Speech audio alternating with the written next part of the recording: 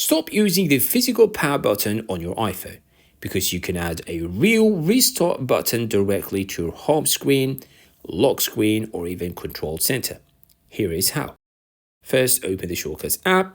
Now tap the plus icon in the top right corner to create a new shortcut. In the search bar, type shutdown and tap on it. Now here is the cool part. Tap where it says shut down and change it to restart. Yep, your iPhone can literally restart from a shortcut.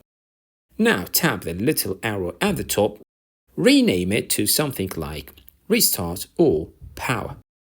Then tap the arrow again and choose an icon if you want. You can even use a custom image to make it look like a real power button app once you tap on Add to Home Screen. After customizing the icon however you want, then tap Add. And boom, your iPhone now has a restart button right on the home screen. You can even drag it down into the dock so it's always there no matter what page you are on. Now, when you tap it, your iPhone will ask you if you really want to restart. And once you confirm, it instantly restarts your device. But wait, it gets even cooler. To add it to Control Center, swipe down and open Control Center. Tap and hold anywhere or tap the plus icon in the top left. Choose Add a Control.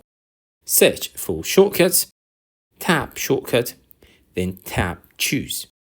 Select the restart shortcut you just made, and done. Now you can restart your iPhone directly from Control Center.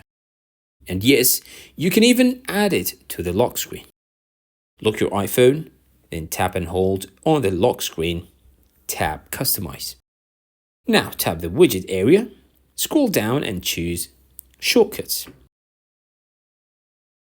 Tap the widget, then select your restart shortcut. Tap Done, and that's it. Now, even when your iPhone is locked, you can restart it with a single tap. Try this on your iPhone and tell me if you knew this trick before. Don't forget to like, subscribe, and share this with an iPhone user who needs this feature.